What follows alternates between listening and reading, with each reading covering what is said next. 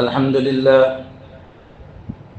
لله نحمده ونستعينه ونستغفره ونؤمن به ونتوكل عليه ونعوذ بالله من شرور أنفسنا ومن سيئات أعمالنا من يهد الله فلا مضل له ومن يضلله فلا هادي له ونشهد أن لا إله إلا الله وحده لا شريك له ونشهد أن سيدنا ومولانا محمدا عبده ورسوله أما بعد فأعوذ بالله من الشيطان الرجيم بسم الله الرحمن الرحيم حميم تنزيل الكتاب من الله العزيز العليم غافر الذنب وقابل التوب شديد العقاب ذي الطول لا إله إلا هو إليه المصير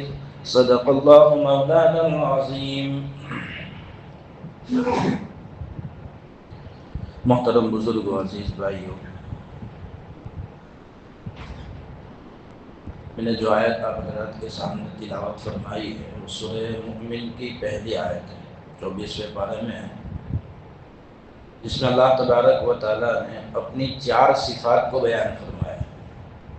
حامیم، یہ تو ہم تمام حضرات جانتے ہیں کہ حروف مقطعات میں سے تنزیل الکتاب من اللہ العزیز العلیم، یہ کتاب کا نازل کرنا اس اللہ کی طرف سے ہے جو عزیز ہے، علیم ہے. یہ 2 صفتیں اللہ تبارک و تعالیٰ کی. غافر الذنب وقابل التوب، یہ 2 صفتیں بیان فرمائیں کہ گناہوں کو بخشنے والا، وقابل التوب اور توبہ کو قبول کرنے والا. تو یہ 4 صفات اللہ تبارک و تعالیٰ کی اس آیت میں بیان فرمائی ہے. گزشتہ 3-4 دن سے جو بات چل رہی تھی قیامت وغیرہ کے اوپر، اس میں ایک بات جو قیامت کی بڑی نشانی ہے کہ آپ صلی اللہ علیہ وسلم نے فرمایا کہ قیامت کی نشانیوں میں سے ایک نشانی یہ ہے کہ سورج مشرق کے بجائے مغرب کی طرف سے نکلے گا اور اس کے بعد توبہ کا دروازہ بند ہو جائے گا. تو میں نے اسی مناسبت سے کہ 3-4 دن سے 2 دن میں نے قیامت کی نشانیوں کے بارے میں بات کی، اس سے پہلے جو ایران اور اسرائیل کے درمیان جو ابھی چل رہا ہے 2-3 دن اس کے اوپر سے بات ہوئی سورہ حجرات کے ختمے کے بعد. ابھی میں نے قیامت کی جو نشانیاں بیان کی تھی اس میں ایک نشانی یہ ہے، تو اس میں توبہ کی اللہ تبارک و تعالیٰ توفیق چھین لے گا جبکہ مشرق کے بجائے مغرب سے سورج نکلنا شروع ہوگا. تو اس سے پہلے ہمیں توبہ کرنا ہے، اللہ تبارک و تعالیٰ سے اپنے گناہوں کی معافی مانگنا ہے. اسی مناسبت سے یہ آیت میں نے آپ حضرات کے سامنے پڑھی ہے. اس میں اللہ تبارک و تعالیٰ نے 4 صفات بیان فرمائی. پہلی صفت تو بیان فرمایا عزیز، یعنی جو زبردست، حکمت والا کہہ لیجیے، ہر چیز پر جو قادر ہے، جس کے قبضے قدرت میں ہر چیز ہے. دوسری صفت بیان فرمایا علیم ہے، یعنی جو ہر ایک سے زیادہ جاننے والا. علیم کا مطلب کہ اس کے پاس اتنا علم ہے کہ دوسرے کسی کے پاس اتنا علم نہیں ہے، بے انتہا علم والا. اس کے اوپر یہ علیم کی جو صفت ہے اس میں ایک واقعہ مفسرین لکھتے ہیں کہ حضرت موسیٰ علیہ السلام، حضرت خضر علیہ السلام کے واقعات ہم سنتے رہتے ہیں. تو جب وہ دریا میں سفر کرنے کے لیے جا رہے تھے تو انہوں نے ایک کشتی کرائے پر لی تھی، حضرت موسیٰ اور حضرت خضر علیہ السلام نے. اور ایک کشتی میں جب وہ سوار ہوئے تو اس کشتی کے اوپر ایک چڑیا آ کر بیٹھی اور اس چڑیا نے سمندر میں چونچ ماری 1 یا 2 مرتبہ. مفسرین جو بیان کرتے ہیں کہ 1 مرتبہ یا 2 مرتبہ اس چڑیا نے جو سمندر ہے اس میں چونچ مار کر پانی لیا. جب یہ دیکھا تو حضرت خضر علیہ السلام نے حضرت موسیٰ علیہ السلام سے کہا کہ موسیٰ، یہ چڑیا نے جو پانی سمندر سے کم کیا ہے، میرے اور آپ کے علم نے اتنا علم بھی اللہ کے علم سے کم نہیں کیا ہے.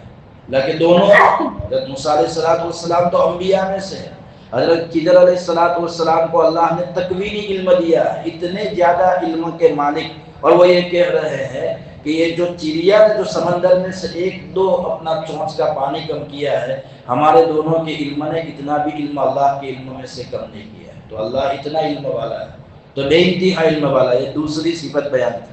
مجھے جو بیان کرنی ہے وہ ان دو صفتوں کے بارے میں جو آگے بیان ہے اس کے بارے میں بات کرنی ہے۔ غافر الذنب وقابل التوب، کہ جو گناہوں کو بخشنے والا، وقابل التوب، اور توبہ کو قبول کرنے والا، یہ دونوں قریب قریب ہیں لیکن تھوڑا سا فرق ہے۔ گناہوں کو بخشنے والا یہ صفت، اور جو توبہ کو قبول کرنے والا ہے یہ صفت، دونوں قریب قریب ہیں معنی کے اعتبار سے، لیکن تھوڑا فرق یہ ہے کہ غافل الذنب کا مطلب یہ ہوتا ہے کہ جو بغیر توبہ کے بھی بندوں کو معاف کر دے، گناہوں کو بخش دے۔ اگر بندہ توبہ نہ بھی کرے اس کے اختیار میں معاف کر دے۔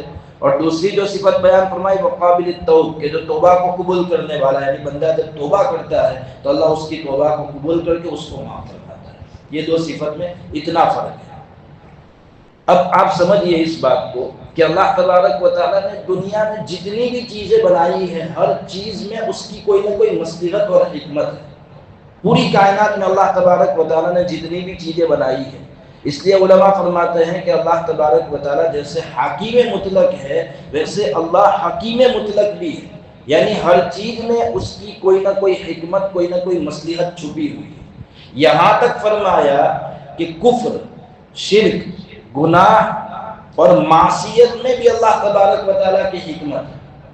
اللہ نے کفر و شرک کو پیدا کیا، اللہ نے معصیت اور گناہ کو پیدا کیا، ان دونوں کو پیدا کرنے میں بھی اللہ تبارک و تعالیٰ کی حکمت ہے۔ حضرت مولانا جلال الدین رومی رحمۃ اللہ علیہ فرماتے ہیں کہ اللہ تبارک و تعالیٰ نے جو پوری کائنات کو پیدا فرمایا ہے اس میں کفر کی ضرورت تھی۔ یہ فرمایا حضرت نے، کیوں ضرورت تھی؟ کہ اگر کفر نہ ہوتا تو ابو لہب جہنم میں کیسے جاتا؟ یہ جملہ ہے وہاں۔ مطلب اللہ تبارک و تعالیٰ نے جہنم کو بنایا، جہنم کو بڑھنا بھی تو ہے، اللہ نے بنایا تو جہنم کو بڑھنا ہے، تو جہنم کو بڑھنے کے لیے اللہ نے کفر بنایا ہے۔ قرآن کریم کی آیت ہے سورہ قاف میں، یوم نقول لجہنم، کہ جہنم سے پوچھے گا اللہ تبارک و تعالیٰ هل امتدت، کیا تو بڑھ گئی؟ تو وہ کہے گی وتقول هل من مزید، جہنم کہے گی کہ اور زیادہ لاؤ، اور زیادہ، ابھی بڑی نہیں اور زیادہ، تو جہنم کو بڑھنا ہے اللہ تبارک و تعالیٰ کو۔ تو حضرت مولانا جلال الدین رومی فرماتے ہیں کہ اللہ نے کفر کو اس لیے پیدا فرمایا، کفر کو پیدا کرنے میں بھی اللہ کی حکمت ہے۔ تو جیسے کفر کو پیدا کرنے میں اللہ کی حکمت ہے، ویسے ہی معصیت اور گناہ کو پیدا کرنے میں بھی اللہ کی حکمت ہے۔ اللہ گناہ ہی نہ بناتا تمام جنتی ہوتے، لیکن اللہ نے معصیت اور گناہ کو بنایا، اس میں اللہ تبارک و تعالیٰ کی حکمت ہے۔ علماء نے دو حکمتیں لکھی ہیں۔ ایک حکمت تو یہ لکھی ہے کہ بندوں کو اللہ تبارک و تعالیٰ اپنا قریب کرنا چاہتے ہیں، اپنا مقرب بنانا چاہتے ہیں، اس لیے گناہ بنایا۔ معصیت اور گناہ کو اللہ تبارک و تعالیٰ نے اس لیے پیدا کیا۔ کس طریقے سے؟ کہ ایک بندہ طاقت رکھتا ہے گناہ کی اور صلاحیت رکھتا ہے گناہ کی۔ ایک تو یہ ہے کہ بھائی جس کے پاس طاقت اور صلاحیت ہی نہیں ہے گناہ کرنے کی، پھر وہ گناہ نہیں کرتا تو اس میں کوئی کمال نہیں ہے۔ لیکن ایک شخص گناہ کرنے کی طاقت اور صلاحیت رکھتا ہے، اس کے باوجود گناہوں سے بچتا ہے، تو پھر اللہ تبارک و تعالیٰ اس بندے کو اپنا مقرب بناتے ہیں۔ ان اکرمکم عند اللہ اتقاکم، قرآن کریم کی آیت ہے کہ اللہ تبارک و تعالیٰ کے نزدیک سب سے زیادہ معزز وہ ہے جو سب سے زیادہ متقی ہو۔ متقی کا مطلب ہی وہ ہے کہ گناہوں سے بچنا۔ تو ایک تو اللہ مقرب کرنا چاہتے ہیں بندوں کو، اس لیے گناہ کو بنایا ہے، اس کی حکمت بیان فرمائی علماء نے۔ دوسری حکمت یہ بیان فرمائی کہ اللہ تبارک و تعالیٰ بندوں کو اپنا محبوب بنانا چاہتے ہیں۔ کیسے؟ کہ جب بندہ گناہ کرے گا، گناہ کرنے کے بعد اس کو شرمندگی ہوگی کہ میں نے گناہ کر دیا، اس شرمندگی کی وجہ سے وہ اللہ تبارک و تعالیٰ سے معافی مانگے گا، اللہ سے توبہ کرے گا۔ جب اللہ سے توبہ کرے گا تو اللہ کا محبوب بن جائے گا۔ قرآن کریم کی آیت ہے ان اللہ یحب التوابین، کہ بے شک اللہ تبارک و تعالیٰ توبہ کرنے والوں کو پسند فرماتا ہے، محبوب رکھتا ہے۔ تو یہ دو حکمتیں ہیں معصیت اور گناہ کی۔ قرآن کریم میں کئی آیتیں ہیں جس میں اللہ تبارک و تعالیٰ نے توبہ اور استغفار کی فضائل اور اس کی اہمیت کو بیان فرمایا۔ بہت ساری آیتیں ہیں، جس میں سے کچھ ہے جس میں جیسے سورہ نساء میں ہے، اللہ نے فرمایا انما التوبۃ علی اللہ للذین یعملون السوء بجہالۃ ثم یتوبون من قریب فاولئک یتوب اللہ علیہم وکان اللہ علیما حکیما۔ یہ پوری آیت کا مطلب یہ ہوتا ہے کہ اللہ تبارک و تعالیٰ کے ذمے ہے کہ اللہ تبارک و تعالیٰ ان بندوں کے گناہوں کو معاف کرے، ان بندوں کی توبہ قبول کرے جنہوں نے توبہ کی ہے۔ پھر فرمایا کہ یہی لوگ ہیں ثم یتوبون، جو اللہ تبارک و تعالیٰ کے یعنی اللہ جلد کو توبہ کو قبول کرنے والا ہے۔ پھر یہی لوگ ہیں کہ جن کی توبہ اللہ تبارک و تعالیٰ قبول فرماتے ہیں۔ وَكَانَ اللَّهُ عَلِيمًا حَكِيمًا، اللہ تبارک و تعالیٰ علم اور حکمت والے ہیں۔ ایسی تو کئی آیت ہے، اسی سورہ نساء میں دوسرے آیت ہے ان اللہ لا یغفر ان یشرک بہ ویغفر ما دون ذلک لمن یشاء، کہ اللہ تبارک و تعالی معاف نہیں کرے گا جو شرک کرے گا، یعنی شرک کے گناہ تو اللہ معاف نہیں کرے گا، شرک کے علاوہ اللہ جسے چاہے گا، جس گناہ کو چاہے گا معاف فرما دے گا۔ شرک کے گناہ کو معاف کیوں نہیں کرے گا؟ حضرت مولانا ندیم جو ہمارے پڑوسی ملک کے بہت بڑے عالم گزرے، علامہ ندیم کے نام سے مشہور ہے، ان کے بیان بہت سیرینی بیان، یعنی بہت اچھے انداز میں، چھوٹے انداز میں بیان کرتے تھے۔ حضرت نے اپنے بیان میں اس آیت کے تحت میں ایک بات ذکر کی ہے کہ اللہ تبارک و تعالی تو فرمایا کہ میں تمام گناہوں کو معاف کر دے گا سوائے شرک کے گناہ کو معاف نہیں کرے گا۔ کیوں معاف نہیں کرے گا؟ کہ دوسرے گناہ کرنے والا جو گنہگار ہے وہ مجرم ہے، اس نے جرم کیا ہے، اور شرک کرنے والا یہ غدار ہے۔ تو جرم کو تو معاف کیا جا سکتا ہے، غداری کو معاف نہیں کیا جا سکتا۔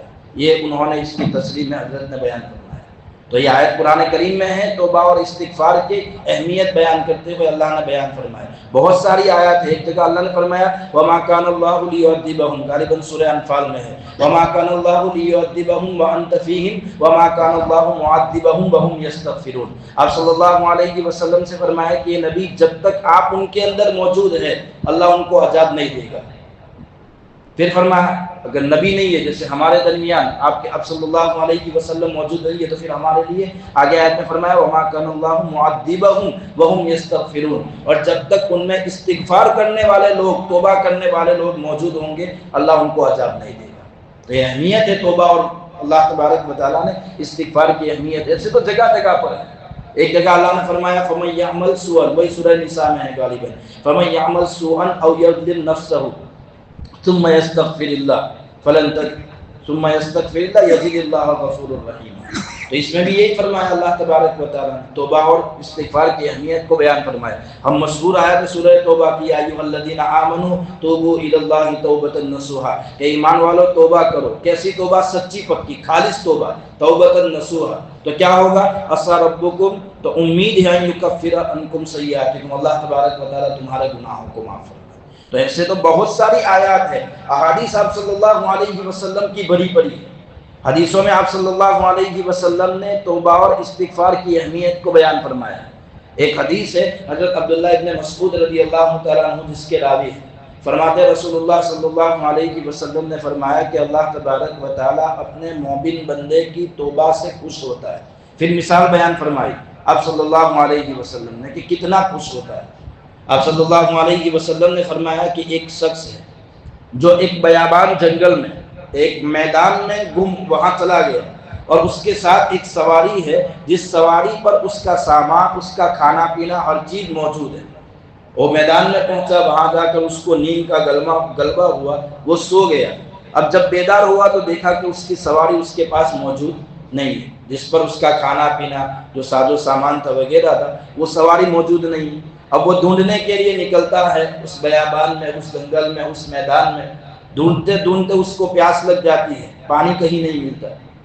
اب وہ تھک ہار کر یہ کہتا ہے کہ اب میں اس پیاس کی وجہ سے مر جاؤں گا، اور وہ سو جاتا ہے۔ یہاں تک حدیثوں میں لکھا ہے کہ اپنی کلائی پر سر رکھا ہے اور وہ مرنے کی ٹرائی کرتا ہے، کوشش کرتا ہے کہ اب مر جاؤں گا، اور وہ سو جاتا ہے۔ جب بیدار ہوتا ہے تو اس کی سواری کو اپنے پاس دیکھتا ہے، جو سواری جو گم ہو گئی تھی وہ سواری اس کے پاس ہے، اس پر سامان لدا ہوا ہے، کھانا پینے کی سامان بھی ہے۔ تو آپ صلی اللہ علیہ وسلم نے فرمایا کہ یہ بندہ کتنا خوش ہوگا اپنی سواری اور سامان کو دیکھ کر، جتنا خوش ہوگا اس سے کہیں زیادہ اللہ تبارک و تعالیٰ ایک مومن بندے کی توبہ سے خوش ہوتا ہے۔ مانگے تو سے اللہ تبارک و تعالیٰ سے، معافی تو مانگے ہم مانگنے کو تیار نہیں، اللہ اس سے زیادہ خوش ہوتا ہے، آپ صلی اللہ علیہ وسلم نے فرمایا۔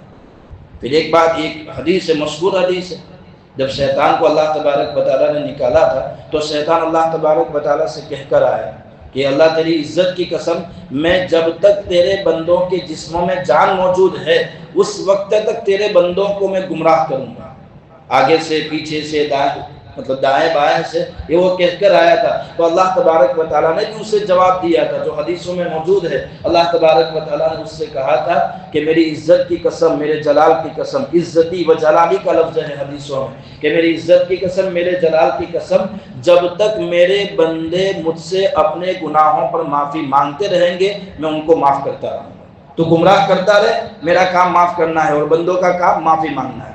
شیطان ہمیں گمراہ کرتا ہے، ہم گناہوں میں چلے جاتے ہیں، ہمارا کام ہے توبہ اور معافی مانگنا۔ اللہ تبارک و تعالیٰ فرماتے ہیں میرا کام ہے ان گناہوں سے معاف کرنا، توبہ، ان گناہوں کی معافی دینا۔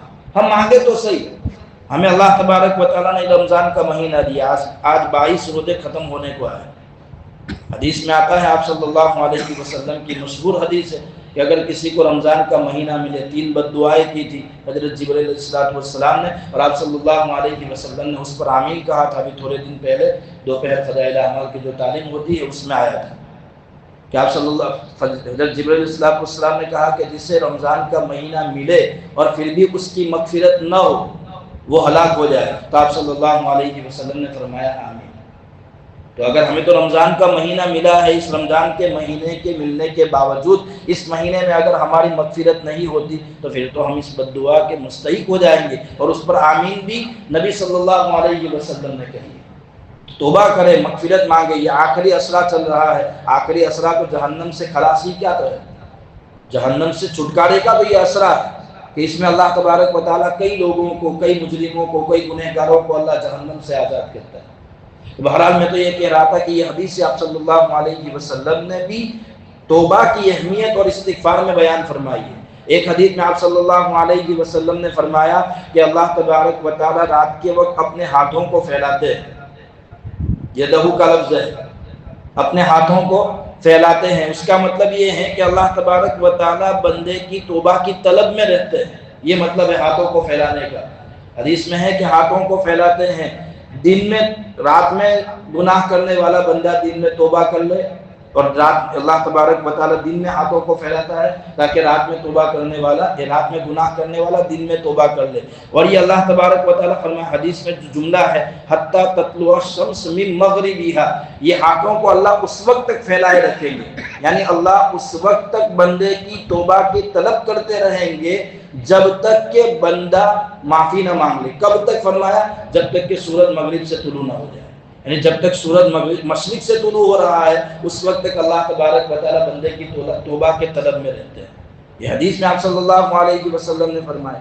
آپ صلی اللہ علیہ وسلم کی ایک حدیث ہے، کتنی جامع حدیث ہے، آپ سمجھیے اس بات۔ آپ نے فرمایا والذی نفسی بیدی، آپ صلی اللہ علیہ وسلم فرماتے ہیں کہ اس ذات کی قسم جس کے قبضے میں میری جان ہے، یعنی محمد کی جان ہے، اللہ کی قسم کھا کر آپ نے فرمایا کہ اگر تم گناہ نہیں کرو گے، دھیان سے سننا اس حدیث کو، آپ صلی اللہ علیہ وسلم نے فرمایا کہ اگر تم گناہ نہیں کرو گے تو اللہ تبارک و تعالیٰ تمہاری جگہ پر دوسری قوم لے آئے گا جو گناہ کرے گی، پھر وہ اللہ سے معافی مانگے گی اور اللہ انہیں معاف کر دے گا۔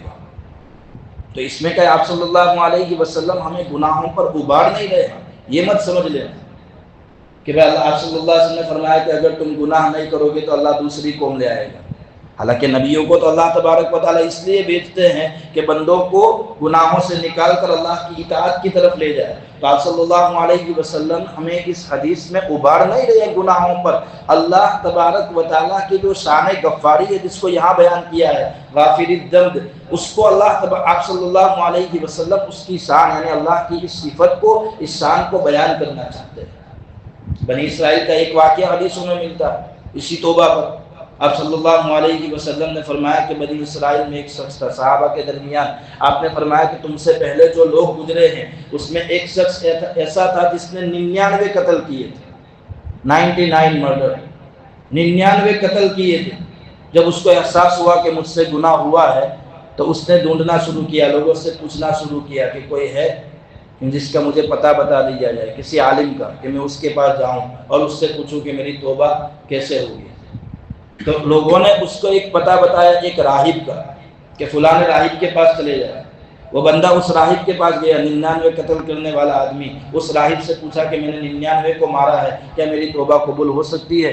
تو اس راہب نے کہا کہ نہیں۔ تو اس نے اس کو بھی مار دیا، 99 ہے، 100 مرڈر ختم ہو گئے۔ اس کو بھی اس نے قتل کر دیا۔ واپس آیا، پھر اس نے لوگوں سے پوچھا کہ کیا کروں، میری توبہ کیسے قبول ہوگی، کسی عالم کا پتہ دیجیے۔ تو لوگوں نے ایک عالم کا پتہ بتایا کہ فلاں عالم ہے، اس کے پاس چلے جاؤ۔ وہ یہ حدیث میں ہے، مسلم شریف کی روایت ہے۔ آپ صلی اللہ علیہ وسلم فرماتے ہیں کہ اس عالم کے پاس گیا، وہ وہاں جا کر اس نے پوچھا کہ میں نے تو 100 قتل کر دیے، کیا میرے کوئی توبہ کی کوئی شکل ہے؟ تو اس عالم نے کہا کہ ہاں، تیرے اور اللہ کے درمیان کوئی چیز ہے ہی نہیں، تیری توبہ قبول ہو سکتی ہے تو معافی مانگ لو۔ پھر اس عالم نے اسے ایک راستہ بتایا، حدیثوں میں آتا ہے آپ صلی اللہ علیہ وسلم نے فرمایا کہ اس عالم نے کہا کہ جس بستی میں تو رہتا ہے وہ بستی بری ہے، اس کو چھوڑ دے اور اس بستی کی طرف چلا جا جہاں لوگ یعنی اچھے لوگ، عبادت گزار لوگ رہتے ہیں، وہاں جا کر اللہ کی عبادت میں مشغول ہو جا، اللہ تیری توبہ قبول کر لیں گے۔ اب وہ چلا اپنی بستی کو چھوڑ کر اس بستی کی طرف جو عبادت گزاروں کی بستی تھی، اللہ کے نیک بندوں کی بستی تھی۔ جب راستے میں آدھے راستے میں پہنچا، حدیث میں آتا ہے کہ آدھے راستے پہنچا اور اس کا انتقال ہو گیا۔ انتقال ہو گیا تو دونوں طرف کے فرشتے آئے، رحمت کے فرشتے بھی، عذاب کے فرشتے بھی، جنت والے بھی، جہنم والے بھی، دونوں فرشتے آئے۔ رحمت والے جو فرشتے تھے، جنت والے فرشتے، اور ان کے درمیان جھگڑا ہو گیا۔ جنت والوں نے کہا کہ یہ جنتی ہے کیونکہ توبہ کے ارادے سے نکلا تھا، اپنے گناہوں کی معافی مانگنے کے ارادے سے نکلا تھا۔ جہنم والے کہنا ہے یعنی جو عذاب والے فرشتے ہیں وہ یہ کہہ رہے ہیں کہ نہیں، اس نے تو کوئی اچھا کام کیا ہی نہیں، یہ 100 قتل کیے ہیں، یہ کیسے، اس کی کیسے مغفرت ہو سکتی ہے، تو یہ تو جہنم کا مستحق ہے۔ ان دونوں فرشتوں میں لڑائی، حدیث میں ہے ان دونوں کے درمیان لڑائی چل رہی تھی۔ آپ اللہ تبارک و تعالیٰ نے تیسرے ایک فرشتے کو بھیجا حکم کے طور پر فیصلہ کرنے کے لیے۔ جب وہ فرشتہ آیا تو ان کے درمیان فیصلہ کیا۔ کیسے فیصلہ کیا کہ بھائی یہ جو زمین ہے اس کو ناپا جائے، اس کی پیمائش کی جائے، یہ بندہ جس زمین سے نکلا ہے، جس بستی سے نکلا ہے، اس سے زیادہ قریب ہے یا جس بستی کی طرف جا رہا تھا اس سے زیادہ قریب ہے۔ گنہگاروں کی بستی سے نکل کر نیک لوگوں کی بستی کی طرف جا رہا تھا، کس بستی سے زیادہ قریب ہے؟ جب ناپا گیا تو فرماتے ہیں کہ جس بستی کی طرف وہ جا رہا تھا یعنی نیک بندوں کی بستی کی طرف، اس سے زیادہ قریب نکلا تو فیصلہ ہو گیا کہ جنت میں لے جاؤ۔ تو یہ اللہ تبارک و تعالیٰ، آپ صلی اللہ علیہ وسلم کو اللہ کی یہ جو غفار جو صفت ہے غافر کہ اللہ بخشنے والا ہے، اس صفت کو آپ صلی اللہ علیہ وسلم نے حدیثوں میں بیان فرمایا کہ اللہ تبارک و تعالیٰ ایسے بندوں کو معاف کر سکتا ہے جس نے پوری زندگی نافرمانی کی ہے، تو ہم نے تو کچھ بہت تو فرما برداری کی ہوگی، اگر ہم اپنے گناہوں کی معافی مانگے تو اللہ معاف فرما دے گا۔ ایسے تو بہت سارے واقعات ہیں۔ اسی بنی اسرائیل کا ایک واقعہ حدیث ہی میں ہے، ترمذی شریف کی روایت ہے۔ ذوالکفل نام کا ایک بندہ تھا، ذوالکفل۔ آپ صلی اللہ علیہ وسلم فرماتے ہیں کہ وہ ہمیشہ گناہوں میں مبتلا رہتا ہے۔ ایک مرتبہ ایک عورت اس کے پاس آئی اور اس نے اپنی مجبوری کا اظہار کیا کہ میں کچھ مجبور ہوں، تو اس نے اس عورت کو 60 دینار دیے کہ یہ دینار لے جا، تیری ضرورت کو پوری کر لے، اور پھر اس نے اس سے بدکاری کا ارادہ کیا 7 دینار کے بدلے میں، کہ دینار تو دے رہا ہوں لیکن بدکاری کا ارادہ ہے۔ تو عورت میں مجبور تھی، ضرورت مند تھی، اس نے وہ 60 دینار لے لیے۔ وہ ذوالکفل، آپ صلی اللہ علیہ وسلم فرماتے ہیں کہ ذوالکفل جو نام کا بندہ تھا، جب وہ اس عورت کے پاس بدکاری کے ارادے سے گیا، وہاں بیٹھا تو وہ عورت رونے لگی۔ تو اس نے پوچھا کیوں رو رہی ہے؟ تو اس نے کہا کہ اس سے پہلے، اس عورت نے کہا کہ اس سے پہلے میں نے کبھی بھی یہ کام نہیں کیا ہے، یہ عمل میں نے اس سے پہلے کبھی نہیں کیا ہے، میں مجبور تھی، اس مجبوری میں مجھے یہ عمل کرنے کی ضرورت پڑی۔ تو ذوالکفل کھڑا ہو گیا، اس نے کہا کہ جا چلی جا، 60 دینار بھی تیرے ہیں، تو یہاں سے چلی جا۔ پھر اس نے معافی مانگی۔ آپ صلی اللہ علیہ وسلم فرماتے ہیں کہ اس کے بعد اس نے کہا کہ اس کے بعد ذوالکفل اللہ کی نافرمانی نہیں کرے گا۔ یہ جملہ اس نے کہا، رات کو اس کا انتقال ہو گیا۔ اسی رات کو آپ صلی اللہ علیہ وسلم فرماتے ہیں کہ صبح میں اس کے دروازے پر لکھا ہوا تھا کہ اللہ نے ذوالکفل کی مغفرت فرما دی۔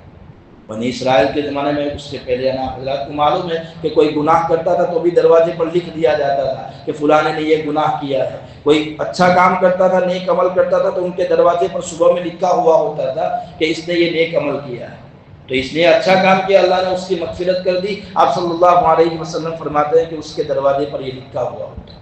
لیکن ایک بات یاد رکھنی چاہیے، توبہ کی جو قبولیت ہے اس کی کچھ شرطیں ہیں۔ توبہ اللہ تبارک و تعالیٰ قبول کریں گے، لیکن کچھ شرطوں کے ساتھ اللہ نے کچھ شرطیں رکھی ہیں۔ شرطیں کیا ہیں کہ بھائی ایک آدمی گناہ کر رہا ہے، اس گناہ کو پہلی شرط یہ ہے قبولیت کی کہ چھوڑ دے، گناہ کو چھوڑنا پڑے، بغیر چھوڑے ہم معافی گناہ بھی کرتے رہے، اللہ سے معافی بھی مانگتے رہے، تو پھر تو توبہ قبولیت کی یہ شرط ختم ہو جاتی ہے، اللہ معاف نہیں کریں گے۔ تو جو گناہ کر رہے ہیں، مثال کے طور پر سمجھیں چوری کر رہا، اب اس چوری پر مجھے اس چوری کو چھوڑنا پڑے گا، اس کے بعد اس چوری سے معافی مانگوں گا، تو گناہ کو چھوڑنا پہلی شرط ہے۔ دوسری شرط کہ اس گناہ سے شرمندگی ہو، ندامت ہو، پشیمانی ہو کہ جو گناہ میں کر رہا ہوں اس سے آدمی شرمندہ بھی ہو۔ چوری پر میں شرمندہ ہوں، مجھے پشیمانی ہو کہ یہ چوری جو گناہ کر رہا ہوں وہ غلط ہے۔ تیسری بات فرمائی کہ وہ گناہ کو آئندہ نہ کرنے کا پختہ ارادہ بھی ہو، یعنی چوری کا گناہ کر رہا ہے، آئندہ کبھی بھی یہ گناہ نہیں کروں گا، ایسا پختہ ارادہ ہو۔ تین شرطیں ہو گئی۔ چوتھی شرط بیان فرمائی ہے، تین شرطیں تو عام متن کتابوں میں آپ دیکھیں گے یا بیانات سنیں گے تو یہ بیان کی جاتی ہے۔ چوتھی شرط ایک کتاب میں مجھے ملی جہاں لکھا ہے کہ اس گناہ کی تلافی کا بھی ارادہ ہو۔ گناہ کی تلافی کا کیا مطلب ہے؟ اگر حقوق اللہ میں ہم سے کوئی کوتاہی ہوئی ہے، ہم نے نماز چھوڑ دی، روزہ چھوڑ دیا، زکوٰۃ ہم نے چھوڑ دی، تو اب اس کی تلافی بھی کریں۔ گناہ تو ہو گیا ہے، ہم اس گناہ کو چھوڑ دیں، یعنی نماز پڑھتے رہے، نماز کو چھوڑنے کا گناہ ہوا ہے تو گناہ کو چھوڑنے کا مطلب ہے ہم نماز پڑھیں، اس پر شرمندہ ہو کہ نماز مجھ سے چھوٹ گئی اور آئندہ کبھی نہیں چھوٹے گی، اس کے بارے میں پختہ ارادہ ہو۔ اور چوتھی بات فرمائی کہ اس کی تلافی ہو۔ تلافی کیا ہے؟ کہ اس کی قضا کر لے، یہ تلافی ہے اس کی گناہ کی، کہ وہ گناہ ہو گیا ہے تو اس کی تلافی ہے۔ حقوق اللہ میں تو یہ کہ اس کی قضا کر لے۔ جیسے روزوں کا مسئلہ ہے، آج کل بہت ایک مسئلہ بہت عام ہو گیا ہے، لوگ پوچھتے رہتے ہیں جو روزے چھوٹ جاتے ہیں ان کے بارے میں، چونکہ یہ موقع آیا ہے، بات چل رہی ہے تو میں سمجھا دوں۔ بعض لوگ آتے ہیں کہ مولانا اتنے روزے چھوٹ گئے ہیں تو کیا ہم اس کا فدیہ دے سکتے ہیں؟ فدیہ، روزے کا ایک فدیہ جیسے صدقہ فطر ہے، 80 روپے نیچے لکھا ہوا ہے، تو اتنا ہی ایک روزے کا فدیہ بھی آتا ہے۔ ایک نماز چھوٹ جائے تو اتنا ہی فدیہ ہے۔ اب چونکہ رمضان کا مہینہ چل رہا ہے، اس میں لوگ اپنے پیسے خرچ کرتے ہیں، زکوٰۃ دیتے ہیں، صدقہ فطر ادا کرتے ہیں، تو لوگ اپنی نمازیں جو چھوٹی ہیں، روزے جو چھوٹے ہیں، ان کا فدیہ بھی رمضان میں ادا کرتے ہیں۔ تو اس کا ایک مسئلہ دھیان سے سننا، لوگ اپنے روزہ اگر رمضان میں 10 روزے چھوٹے ہیں تو پھر حساب لگا کر 800 روپے 10 روزے کے حساب لگا کر لوگ دے دیتے ہیں کہ بھائی میں فدیہ دے دیا، میں چھوٹ گیا۔ نہیں، یہ بات نہیں ہے۔ آپ اس کو ذرا سمجھیے، اس مسئلے کو۔ آپ روزے کا فدیہ یا نماز کا فدیہ اسی وقت دیں گے جب بعد میں کبھی بھی آپ کو اس کا موقع نہیں ملے گا نماز پڑھنے یا روزہ رکھنے کا۔ اگر آدمی ایسا بیمار ہو گیا کہ اب نماز نہیں پڑھ سکتا، یا ایسا بیمار ہو گیا کہ کبھی بھی زندگی میں روزہ نہیں رکھ سکے گا، ایسی بیماری اس کو لاحق ہو گئی، تبھی روزے کا فدیہ ہے۔ ورنہ اگر قضا کرنے کی طاقت رکھتا ہے، رمضان کے بعد، رمضان میں کوئی روزہ چھوٹ گیا 3-4 روزے بیماری کی وجہ سے، رمضان کے بعد اس کی قضا کرنے کی طاقت رکھتا ہے کہ وہ جب قضا کر سکتا ہے تو پھر فدیہ دینے سے کام نہیں چلے گا، آپ کو قضا کرنی پڑے گی روزے، یہ ضروری ہے۔ تو میں تو یہ عرض کر رہا تھا، بہرحال ایک مسئلہ آ گیا بیچ میں نے سمجھا دیا، میں تو یہ عرض کر رہا تھا کہ چوتھی جو بات بیان فرمائی کہ گناہوں جو ہو گیا ہے اس کی تلافی کا ارادہ بھی ہو۔ اب حقوق اللہ میں گناہ ہو گیا ہے تو قضا کر لے، حقوق العباد میں کوئی گناہ ہو گیا ہے، حقوق العباد سے ہمارا کوئی تعلق ہے گناہ کا، تو پھر اس کی کیا کرے، اس کو ادا کریں، یعنی ان لوگوں سے معافی مانگیں، جو میں نے سورہ حجرات میں آپ حضرات کے سامنے اس کو بہت اچھے سے سمجھایا ہے۔ تو یہ ہیں اللہ تبارک و تعالیٰ نے جو صفت بیان فرمائی، غافر الذنب وقابل التوب، کہ اللہ گناہوں کو بخشنے والے ہیں، وقابل التوب، توبہ کو قبول کرنے والے ہیں۔ ایسے کئی واقعات ہیں، ایک واقعہ سنا کر بات کو ختم کروں۔ آپ حضرات ایک شخص کا نام اچھے سے جانتے ہیں، حجاج بن یوسف، تمام کی زبانوں پر اس کا نام رہتا ہے، لوگ جانتے بھی ہیں، اکثر ان کے واقعات آتے بھی رہتے ہیں۔ ابو محمد، یہ اس کی کنیت تھی، ابو محمد حجاج بن یوسف ثقفی، یہ اس کا پورا نام ہے۔ یہ امیہ کے جو خلیفہ تھے، خلفائے امیہ جو ہے، ان میں سے گزرا ہے، بڑا سفاک، بڑا خونریز اور ظالم بادشاہ۔ یہاں تک علماء نے لکھا ہے کہ اس نے اپنے ہاتھوں سے 1 لاکھ لوگوں کو قتل کیا ہے، اپنے ہاتھوں سے، اور اس کے حکومت سے کتنے قتل ہوئے ہیں اس کا تو حساب ہی نہیں ہے، خود اپنے ہاتھوں سے 1 لاکھ کو قتل کیا، اتنا سفاک اور خونریز ظالم بادشاہ تھا۔ جب اس کا انتقال ہوا تو انتقال کے بعد جب اس میں دیکھا گیا اس کے قید خانے میں، تو فرماتے ہیں کہ 50,000 مرد اور 30,000 عورتیں اس کے قید خانے میں قید تھی، 80,000 کو قید کر کے رکھا تھا۔ کتنے صحابہ کو، کتنے تابعین کو اس نے قتل کیا ہے، کتنے تابعین اور صحابہ کو اس نے ظلم کیا ہے۔ سن ہجری 41 میں پیدا ہوا تھا، سن ہجری 99 میں اس کا انتقال ہوا ہے۔ بڑا شفاق تھا۔ حسن بصری رحمۃ اللہ علیہ اس کے بارے میں یہ کہتے ہیں، حسن بصری نے فرمایا کہ اس امت کے تمام منافقین کو ایک پلڑے میں رکھ دیا جائے اور حجاج بن یوسف کو ایک پلڑے میں رکھ دیا جائے تو حجاج بن یوسف والا پلڑا جھک جائے گا۔ آپ سمجھیے کتنا بڑا مجرم ہوگا۔ اس کے بارے میں حضرت حسن بصری رحمۃ اللہ علیہ یہ فرماتے ہیں، لکھا ہے اس کے بارے میں کتابوں میں کہ جب اس کا آخری وقت تھا، ایک مہلک بیماری سے لگی تھی، ہلاک کرنے والی خطرناک بیماری میں مبتلا ہوا تھا، تو جب اس کا آخری وقت چل رہا تھا، اس نے سمجھ لیا کہ اب زندگی کی کوئی امید نہیں ہے، اب زندہ رہنے والا نہیں ہے، تو اس نے دعا مانگی۔ کیا دعا مانگی؟ کہ یا اللہ تیرے بندے اور بندیاں تو میرے بارے میں یہ سوچتی ہے کہ تو مجھے معاف نہیں کرے گا، کیونکہ ظالم تھا اس لیے بندے اور بندیاں تیری یہ سوچتی ہے کہ تو میری مغفرت نہیں کرے گا، لیکن مجھے تجھ پر اتنا گمان ہے، اتنا اچھا ہے، میں حسن ظن رکھتا ہوں کہ تو مجھے معاف کرنے پر، یا اللہ تو مجھے بھی معاف کرنے پر قادر ہے۔ یہ جملے اس نے کہے، انتقال ہو گئے۔ یہ جملے اس وقت خلیفہ تھے جو حضرت عمر بن عبدالعزیز رحمۃ اللہ علیہ، جب ان کے پاس یہ بات پہنچی کہ حجاج بن یوسف کا انتقال ہوا ہے اور مرتے وقت اس نے یہ جملے کہے ہیں، تو حضرت نے بھی اس کی موت پر رشک کیا تھا۔ حضرت عمر بن عبدالعزیز رحمۃ اللہ علیہ ان کو بھی رشک ہوا تھا۔ حسن بصری رحمۃ اللہ علیہ جن کی بات ابھی میں نے آپ کو سنائی کہ اس امت کے تمام منافقین کو ایک پلڑے میں رکھا جائے اور اس حجاج بن یوسف کو ایک پلڑے میں رکھا جائے تو یہ اتنا بڑا مجرم ہے کہ حجاج بن یوسف والا پلڑا جھک جائے گا، یہ کس نے کہا تھا؟ حضرت حسن بصری رحمۃ اللہ علیہ نے۔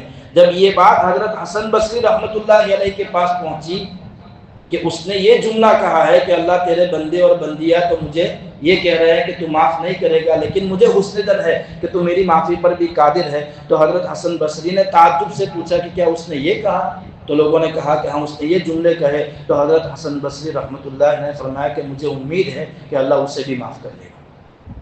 یہ اللہ ہم مانگے تو صحیح، توبہ تو کرے اللہ تبارک و تعالیٰ سے۔ اللہ نے قرآن کریم میں جگہ جگہ پر، آپ صلی اللہ علیہ وسلم نے احادیث میں جگہ جگہ پر توبہ اور استغفار کی اہمیت بیان کی ہے۔ اللہ نے موقع بھی دیا ہے، رمضان کا مہینہ چل رہا ہے، آخری عشرہ چل رہا ہے، اللہ تبارک و تعالیٰ اپنی صفات بیان کر رہا ہے، غافر الذنب وقابل التوب، گناہوں کو بخشنے والا، توبہ کو قبول کرنے والا۔ تو ہم اللہ تبارک و تعالیٰ سے اگر معافی مانگیں گے، جب اللہ ایسے مجرموں کو بھی معاف کر سکتا ہے تو ہم اگر ہم اس سے زیادہ مجرم ہو سکتے ہیں، اس سے زیادہ بھی ہم اس سے کم بھی ہو سکتے ہیں۔ ہر ایک اپنے اپنے گریبان میں جا کر دیکھے کہ ہم کتنے گنہگار ہیں۔ ہم اللہ سے معافی مانگے، اللہ تبارک و تعالیٰ سے توبہ کرے، اللہ ہمارے گناہوں کو معاف فرمائے، اپنے لیے بھی دعائیں کرے اور امت کے لیے بھی دعائیں کرے۔ امت کے جو حالات ہیں جو چل رہے ہیں، میں نے ابھی 4-5 دن پہلے بھی تمام حضرات کے سامنے اس کو تفصیل سے بیان کیا ہے، تو اپنے لیے، اپنے گھر والوں کے لیے، دوست و احباب کے لیے، اپنے گاؤں والوں کے لیے، تمام کے لیے، معاشرہ محلے والوں کے لیے، پوری امت کے لیے اللہ تبارک و تعالیٰ سے دعائیں کرے۔ اللہ تبارک و تعالیٰ سننے کے لیے بیٹھا ہے، اللہ تبارک و تعالیٰ ہمارے گناہوں کو معاف فرمائے گا، کہیں سنی باتوں پر اللہ تبارک و تعالیٰ عمل کی توفیق عطا فرمائے۔ آمین۔ وآخر دعوانا